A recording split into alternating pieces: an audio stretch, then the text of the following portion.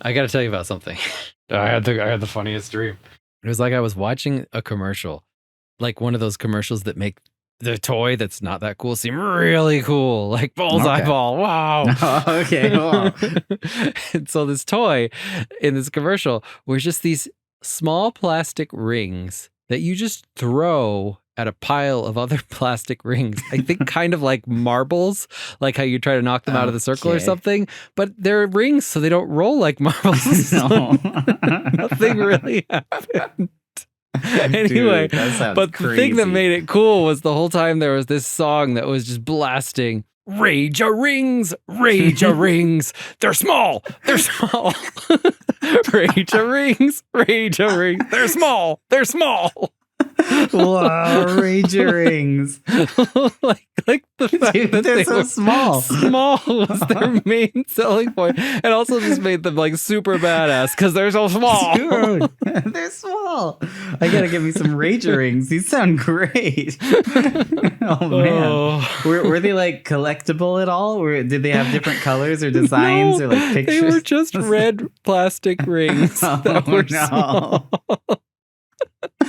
I thought it was so funny that I woke up laughing. The Rager Rings marketing department just blew it away. They blew it out of the water. But the Rager Rings design department really was awful. I know. I wanted to buy them because they're so small. But yeah, they're small. They're small. You gotta get me some Rager Rings. They're so small, dude. Oh man, that's good. Well, hold on. Speaking of unbelievably cool products marketed to young boys, who do you think would win in a fight? RoboCop or a young boy? Man, if only we had a movie that could answer this question for us. Dude, I think maybe there was one. Hold on. You're not talking about RoboCop 2, are you? Well, as it turns out, I am. Hello and welcome to The Popcorn Isn't Real. So today we're going to be talking about RoboCop 2. Yeah. Torvald, what can you tell me about this film? RoboCop 1 came out in 1987. RoboCop 2 came out in 1990. So just a few years after the original. But in between these two movies, there was actually a TV series, a cartoon about RoboCop. Mm-hmm. And it only had 12 episodes. I don't think it was particularly beloved or anything. Basically, the cartoon mostly existed to sell toys to kids, to sell Rager rings. It was a pretty good dream to tie into this episode. No, so around the time RoboCop 2 came out, RoboCop was kind of sitting in a weird spot as like an ultra-violent critique of modern capitalism and society in general, but also something for kids to play with. Right. Right? Like what the marketing department was trying to do with RoboCop was not at all what RoboCop wanted to be. I can see why, visually speaking, they were confused, because if you look at RoboCop, he looks like a toy. He looks like a toy. He certainly does. Well, and it's interesting, and I think that strange position it was kind of precariously sitting in had some effects on RoboCop 2, which we're probably going to talk about today. Yeah. But first, I just want to mention it was directed by Irvin Kershner. He directed Star Wars, The Empire Strikes Back, James Bond, Never Say Never Again. He's apparently a fantastic director. It was written by Frank Miller, the dude who created Sin City, 300, The Spirit. He's written tons of comics. Waylon Green, I don't know how involved he was, but he's also credited as the screenwriter of RoboCop 2. He wrote The Wild Bunch, Eraser, which I think is a fantastic Arnold Schwarzenegger action movie. But let me walk you through what happens in this movie. OCP, the mega corporation that created RoboCop, they're purposefully dismantling the city of Detroit. They're allowing it to become a horrible place so that they can buy it. They want to own Detroit. Now, RoboCop, who is in the Detroit Police Department, he's trying to hunt down a gang of drug dealers, but he gets caught and he gets ripped apart by the drug dealer Kane and by a little boy named Hobb. OCP at the same time, and Juliet Fax, who is a woman who works for OCP, she takes it upon herself while reassembling RoboCop to reprogram him to be more family friendly and more socially acceptable. but then he electrocutes himself to get back to normal. So she turns to her other project, which is to create RoboCop 2. She uses Kane, the head of the drug pushers, to create a new drug-fueled murder machine that she thinks she can use to enforce the law for some reason. She names it RoboCop 2, but RoboCop 2 goes berserk, and in the end, RoboCop 1 defeats it to save the day. I'm sorry, the plot's a little convoluted. Might have sounded like I mentioned a bunch of things that had very little to do with each other, but all those things were important to the movie. And I think the convolution of the plot kind of added to people's dislike of the movie. Because it's really hard to follow one single thread. Like to say, this is what RoboCop 2 is about. What is it about? It's about many different things. It's kind of mainly about RoboCop being a loser, right? Like being stripped of his powers and forced to be an idiot. I mean, I could see why a fan of the original certainly wouldn't like this movie. Right. Well, the first thing he does is get beat by a little kid, like specifically twice. Like, interesting little recurring theme they have there. Right. Well, what's your theory? What's actually going on in this movie? Let's talk about it. So the first RoboCop, like that could have just been like a B movie about like a robot cop. Like there certainly were other strange B movies. Like what do you think made that movie so great? Clearly, it was the social, political, and corporational satire that they threw into the movie. I think that elevated it far beyond what it could have been. One of the things that people might say was the reason why RoboCop 2 wasn't so great was because it wasn't an amazingly smart socio-political satire, that there's nothing else there. But I would say that perhaps there is something else there. And the entire movie makes a lot more sense, all the different threads, if you look at the underlying message of the movie. This theory, I have to give credit, came from a YouTube channel called Peaked Interest, and it was created by Lee Barron. He has a video essay titled The Secret Meaning of RoboCop 2. We're going to link that in the description, so go check it out. It's actually a really good video. He believes that RoboCop 2 is actually a satire that is all about how watering down RoboCop for kids was a bad idea.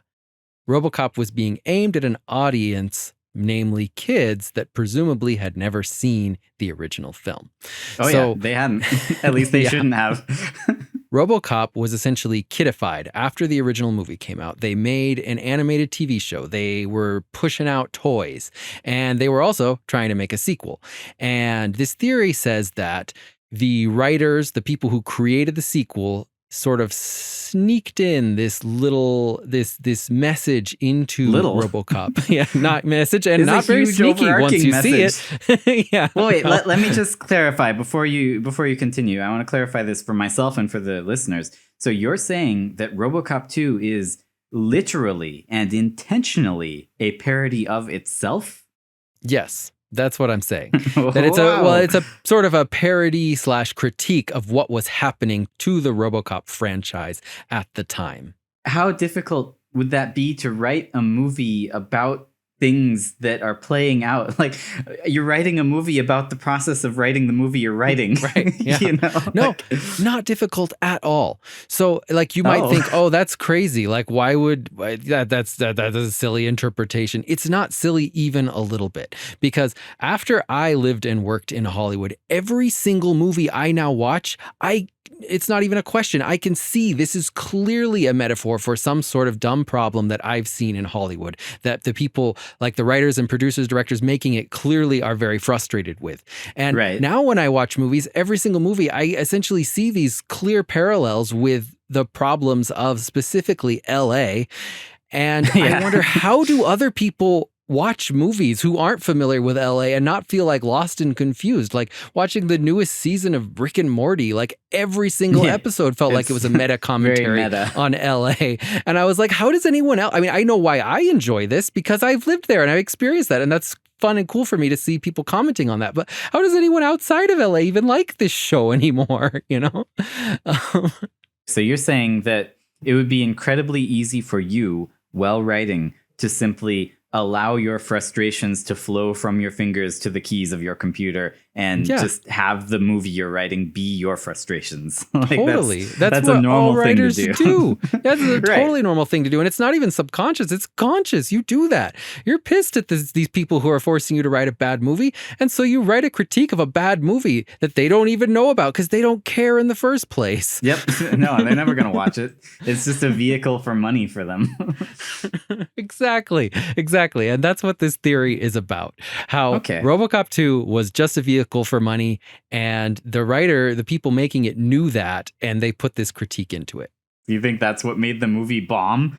No, I think that's what makes it good watching it now. Like watching it with that in mind, I thought, wow, this actually totally makes sense. Everything makes sense. Whereas like your synopsis of it kind of didn't make sense. There was a lot of stuff going on.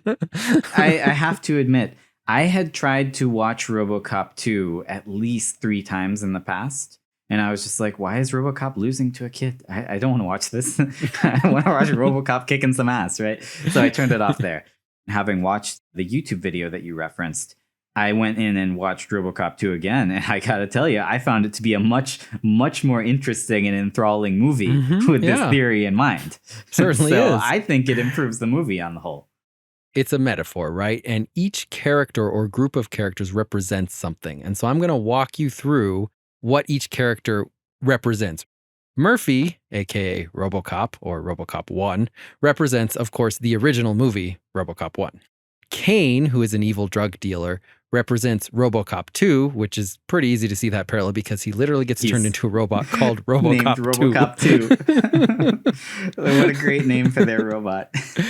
Now, OCP, the big corporate executives who are controlling everything and being pretty evil, they represent kind of the Hollywood studio or even just the Hollywood system. They represent the bigwigs. They represent the executives. Yeah, I don't think they represent the people, system. the producers on the ground floor who are really working hard to make the movie. They're the people who are making all the big decisions and who just see this IP as something to franchise and make money off of, right?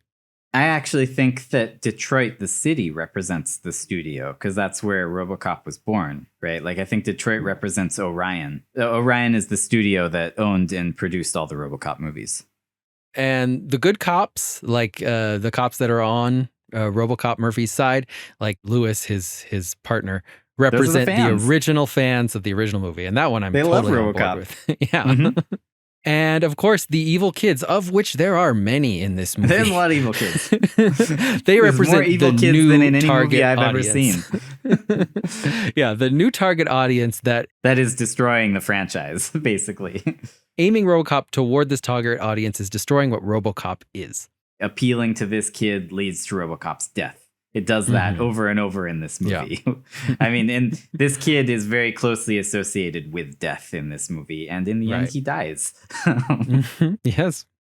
Juliet Fax, the woman who reprograms RoboCop, her and the board that she gets input from, they represent parent appealing focus groups and the HR of this company and like the marketing department of this company trying to push RoboCop towards kids and towards family friendliness.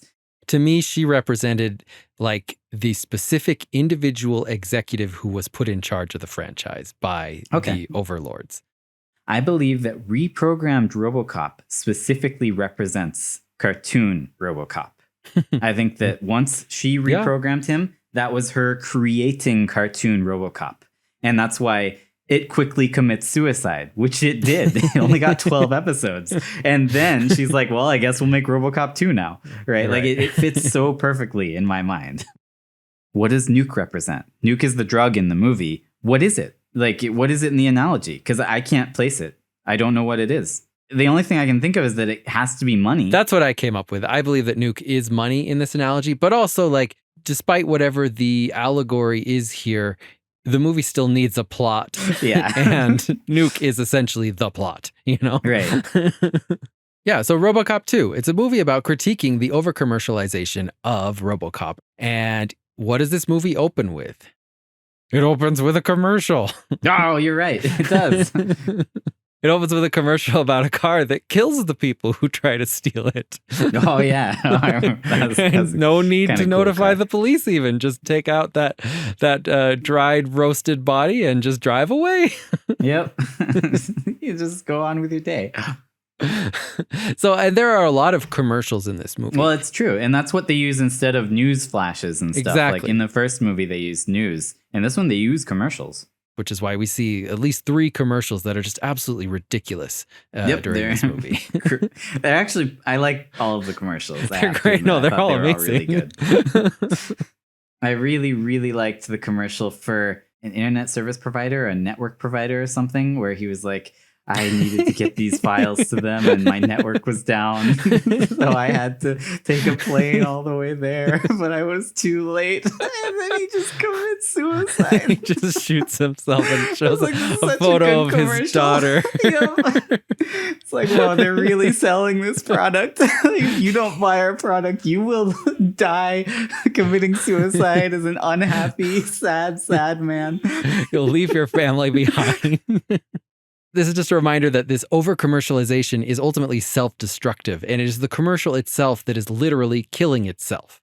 Whoa, just like RoboCop. And all the failed RoboCop 2s kill themselves. Right, yeah. RoboCop kills himself after he's reprogrammed.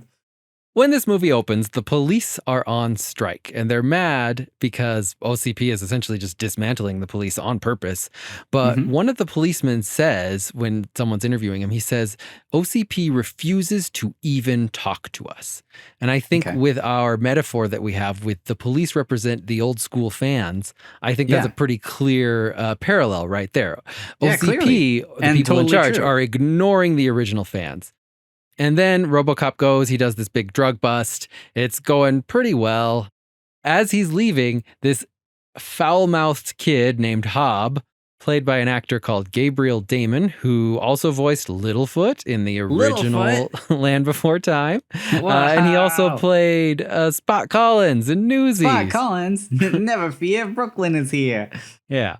I think that Hob is actually a pretty cool character and a pretty cool villain overall. I think if they'd removed Kane and just kept Hob as like the main villain, this would have been a much more interesting movie. When RoboCop cannot shoot this child, I think we are being told by the film itself that RoboCop literally cannot and should not target children. Yeah, exactly. And that's where the problem of the movie comes from. Like this is the start he targets that child and tries to track him down, and that leads to his downfall. And that's literally what led to the downfall of the franchise. Exactly. They tried to target children. No, I know. This theory is great. It is. It fits so well.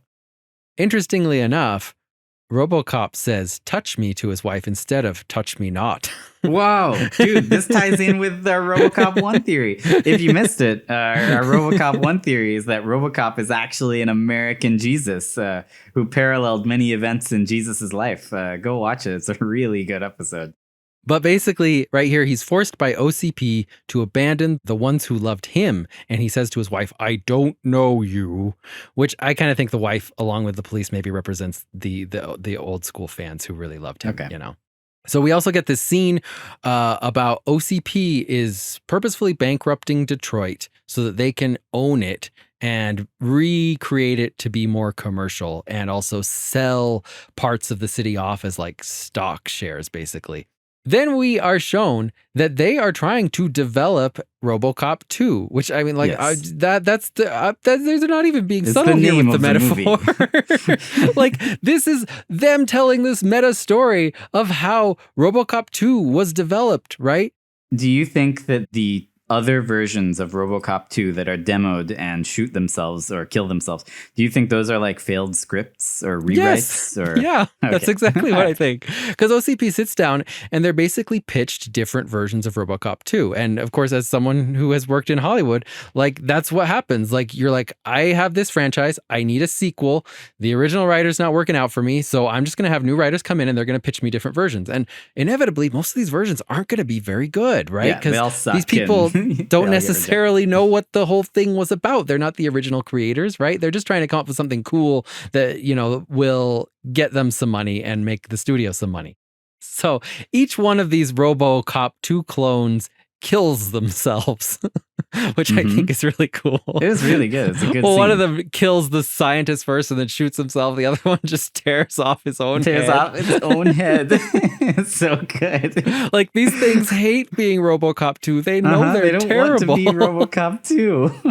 Obviously, the person writing this another movie script. Someone just RoboCop inserted 2. RoboCop characters into me. Well, like, how often does that happen that, like, a sequel's being made? So writers are like, well, I have this script. Let me turn it into a sequel. And they just rewrite like an original work as a sequel to some IP. All the time. Does that happen a lot? That happens all the time. Like, sometimes it turns out well in the case of like 10 Cloverfield Lane, you know? Oh, that's a good movie, dude.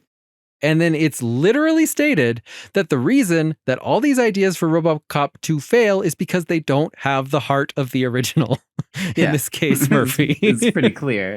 You might even say it's barely a metaphor at this point. They're just saying it. Right, exactly. And even from talking to Michael Miner, like, we know that they didn't like his script and that they didn't go with him and they went in search of other writers for RoboCop 2. So, like, we know that essentially this did happen. In fact, we asked Michael Miner about this, and here's what he said. Well, the pressure was to get a script fast. They knew that we had put lightning in a bottle, but many executives have a different kind of pressure on them to come out with the next widget. You know, there are some executives who, you know, definitely are interested in quality and content. You know, Mike Medavoy, he was instrumental in helping make my career. I love him to death. And if you look at the films he greenlit, Silence of the Lambs, Platoon, dozens of films, he clearly was very interested in content. I understand the pressures that a lot of Hollywood executives are under. Sometimes I don't forgive them because it's overt. There should be more show art than there is show business. MGM hired us to write a RoboCop Return script in 2014 and 15, and we played around a lot with the idea of RoboCop who was like Han Solo in the second Star Wars. I guess it would be called the fifth, but in The Empire Strikes Back, where he's frozen in the titanium or whatever the hell they call it. That we have a prologue where he's hit by a RPG. And then they put him in suspended animation and wake him up much later when things have gotten much worse. And one of the things that Robo wants to do is erase his memory of being a human being. And so we still play around with that theme. The script was not made yet, but it may have life in the future. I've heard of RoboCop Corporate Wars, which was originally going to be the sequel. Is that what you're describing, or is this something that's up and coming? We took the idea inside of that, which was written in 1987, and did a new page one original based only on the concept that was in that script, because we were lousy. We didn't have enough time. We barfed out a first draft just before the writer's strike. We carried on after a 30-year gap. 30 years, yeah. Wow. Oh my gosh. I mean, it's a long time for a second I draft. sure hope it gets made. That would be amazing to see, like a true RoboCop sequel after 30 years, after decades. Yeah, we would like it too.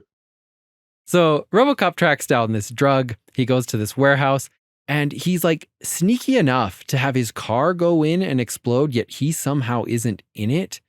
Yeah. But then that doesn't matter because he just walks in and they see him. Because he's not sneaky. He's RoboCop. And why didn't he bring backup? Why did he go alone? He walks into a part of the warehouse that, for whatever reason, seems like they stole some stuff from a museum, and they have a bunch of Elvis memorabilia, including his skeleton. Did you have any thoughts on that? No, just kind of weird stuff. It's weird because it looks like it was stolen from like on display at a museum or something. I don't know. I thought maybe it was a hint, just like a metaphorical thing that, you know, these people take something beloved and exploit it.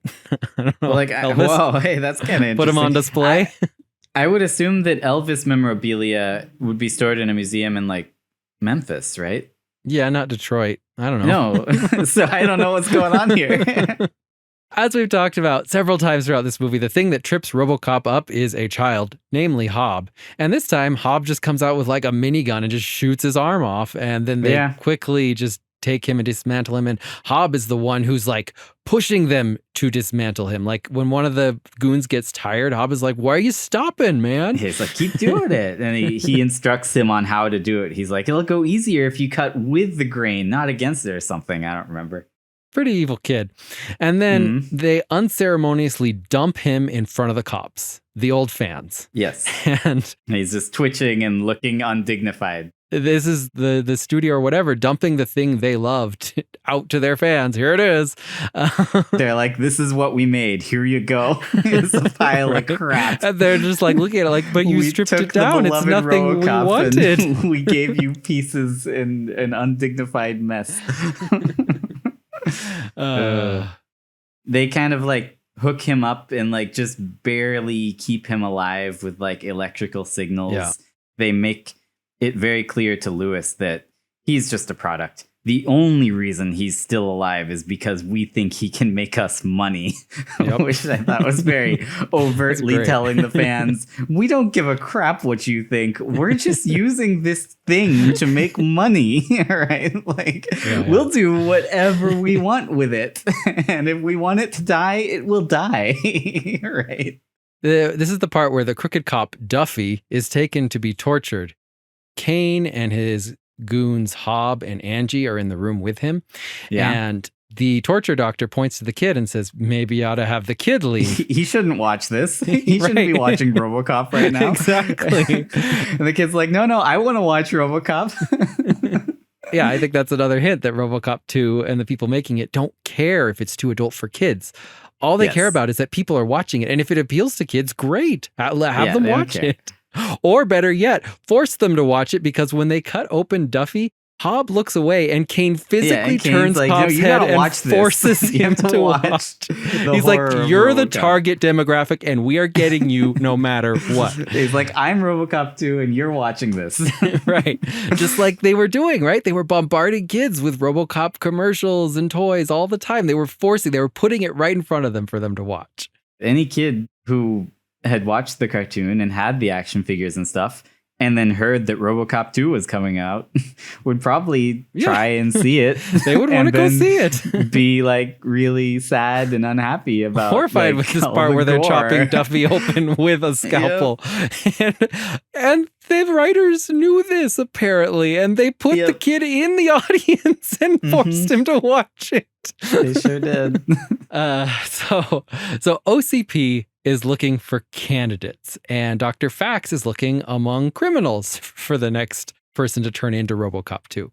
Then the old Dr. Shank says to Dr. Fax, you are not using my lab to put that kind of brain into my cyborg. Now, I suspect that Dr. Shank represents Michael Miner and Ed Neumeyer, not getting to make the sequel and going to do other things while this monstrosity was created and other random brains were put into it, other screenwriters just trying to make it into something. Johnson comes to the old man and says, Dr. Fax is screening psychotics. And the old man says, well, we aren't planning to build a toy, Johnson, which I think is funny because like just clearly much of this movie was made to get new toys to make, right? That's what the first one did for them. So they are building it to make a toy. They sure are.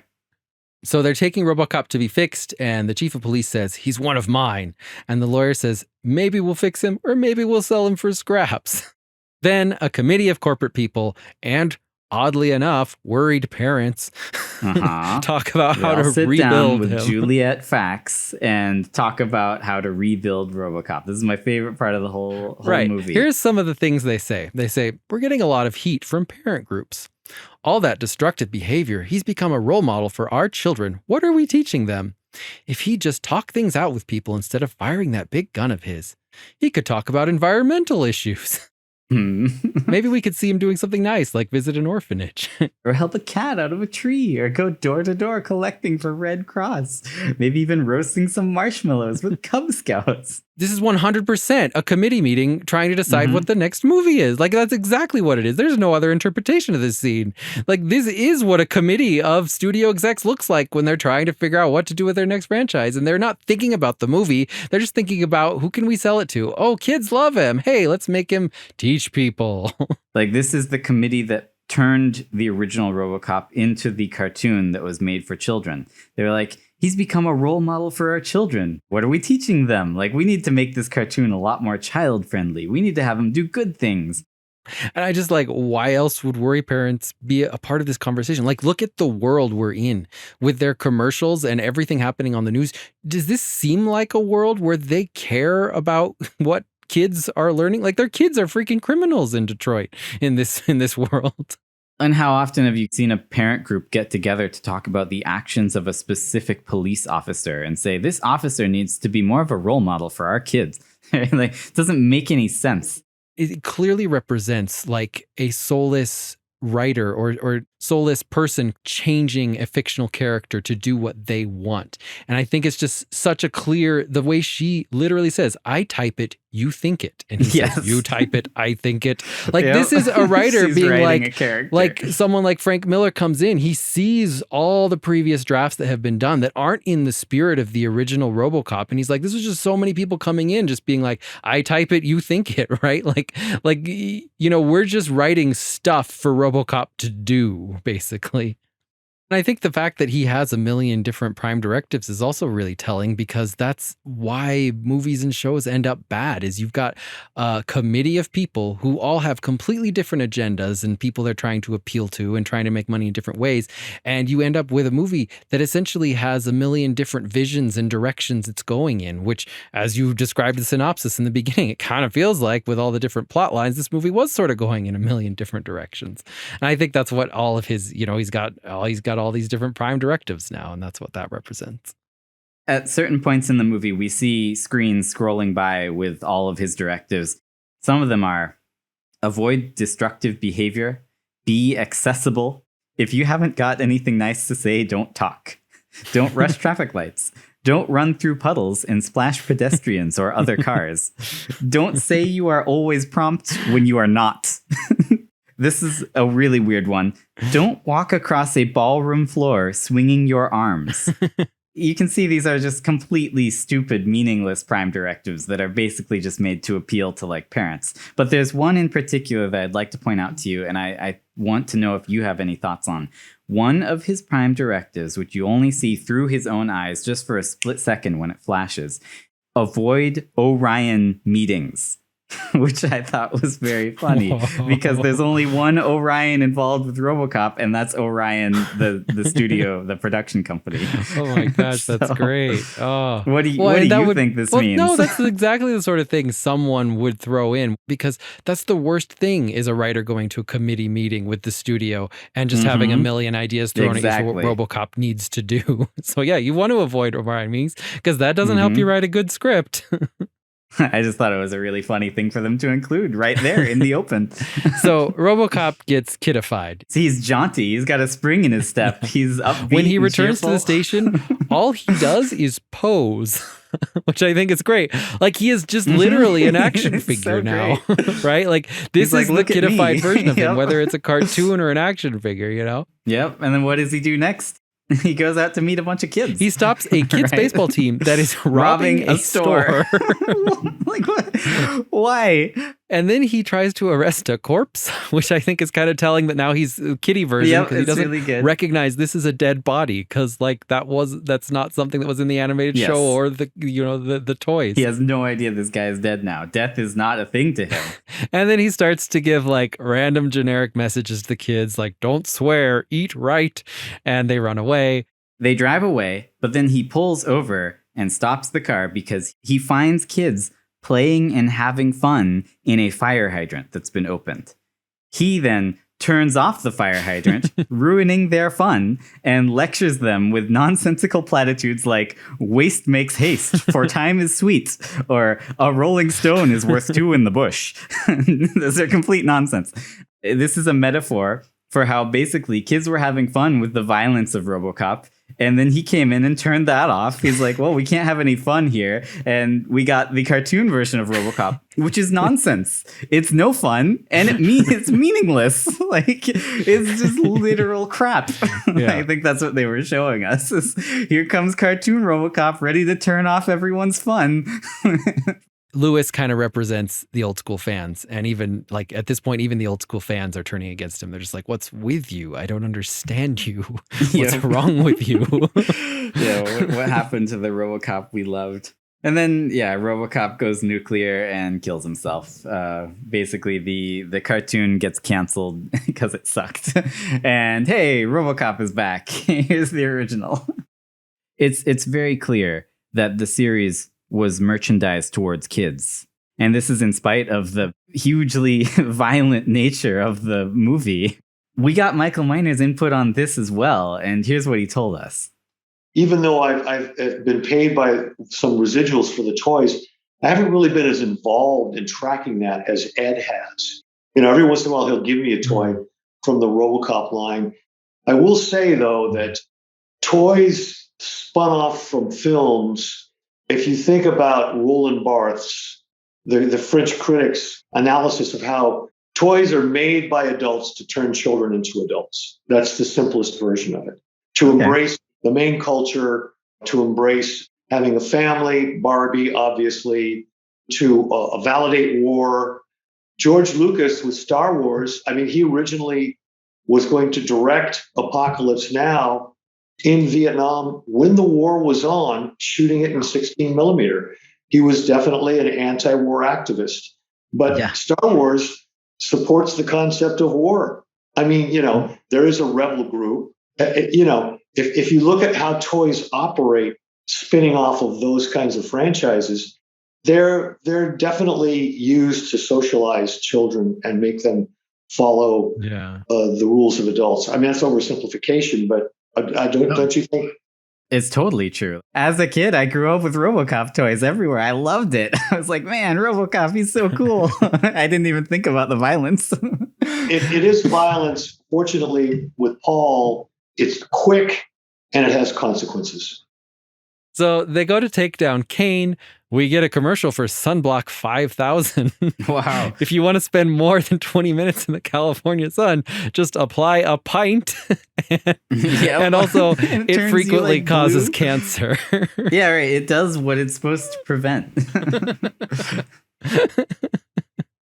Okay, so then the police just easily take down Kane at this point. Dr. Fax decides that Kane is perfect. When Fax describes why Kane is perfect, she mentions several things, but a couple of things she mentions are he has a god complex, he's addicted to drugs. Yep. Edu 209 and RoboCop have really good designs. I think purposefully RoboCop 2, the robot, looks like crap. Is supposed to just look like a total mess. There's nothing cool or good looking about him. He's just junk. Stupid. So Kane is literally just an evil, soulless version of RoboCop, and he's called RoboCop 2. So when RoboCop finds Hobb, he's literally dying buried in a pile of money. Wow, yeah, that's true. He is. And also, the mayor and other people have been courting him as a source of money to save them. That's true. Yep. And he represents the money that they want, right? He is that target audience, that child audience that is only courted to get money, and it doesn't really matter how, whether through violence or through kiddie things. The kiddie things didn't work, so we're going back to violence. Yes. I just think it's interesting that this kid becomes a source of money for the city because that's how they're seen, Kids are a money farm, content doesn't matter, even if it destroys them or warps them, just get that money. And I took this to be like Orion, which I feel the city represents Orion. They never wanted to cater RoboCop to kids. That was never their intention. But it became a necessity because the executives were pushing them to do it, and that's the only way they were making money. So eventually they're just like, all right, if this is how we make money. And the mayor RoboCop of the city doesn't want to get money from Hobb. No, he never wanted to do that, but he has to, right? He has no other option. So specifically, Hobb, who represents children, gives OCP, which represents Orion the studio, gives them $50 million. RoboCop 1 grossed $53 million. Wow, dude. They were literally playing off of, this is the amount that RoboCop 1 made Orion Studios. It made $50 million Yeah. from kids, basically. So Orion's like, well, we didn't expect to get this money from kids, but all right, we'll take it. This is the only way. No, that's good. That's pretty good. Like, that's a very specific amount, and it fits. It's the exact amount that RoboCop 1 made.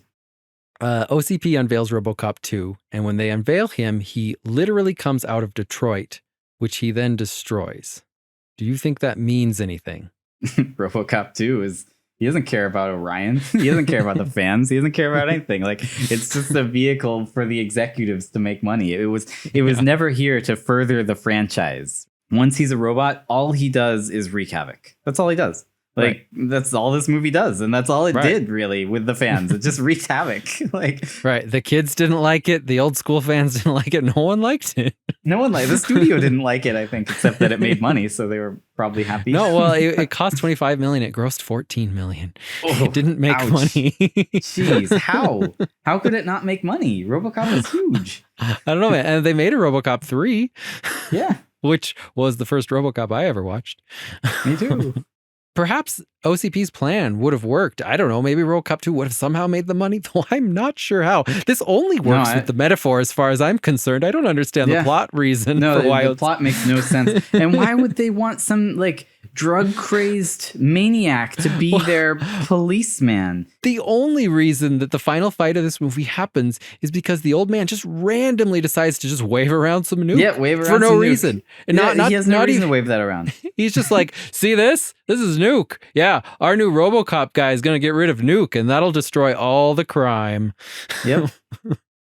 RoboCop 2 ends up losing because he ignores RoboCop 1 in the pursuit of Nuke, which, as I said, I think represents money. Money. And the reason that RoboCop 2 loses is because he ignores RoboCop 1, because he's going after the nuke, which is what the movie did. It ignored the original and did its own thing, and it lost. Yes. I think the biggest thing you could say to maybe critique this theory is, so you're saying the filmmakers knew the film they were making was a mistake? Yeah. And to that I say yes. I do think that, and I think I've already provided some evidence for as to why, but at the end, the old man and Johnson get off scot-free by blaming it on facts. Yep. Which is always the case in Hollywood, right? You get some ambitious young executive to sort of helm the sequel to your big franchise and make you money. You feed them what you want and they make it. But if it fails, you blame it on them and fire them. It's all their and fault. You don't lose anything. No, you get all the money. That scene is definitely showing like how scapegoats work in like a corporate context, right? Like no matter what, that's what it's showing. So, and definitely scapegoating happens in a Hollywood corporate context as well. Yeah. So let's answer it for once and for all. Just, for everyone to hear, who would win in a fight? RoboCop or a young boy? Oh, gee. The young boy. He won twice. Yeah. Well, RoboCop he did win never twice. beat him.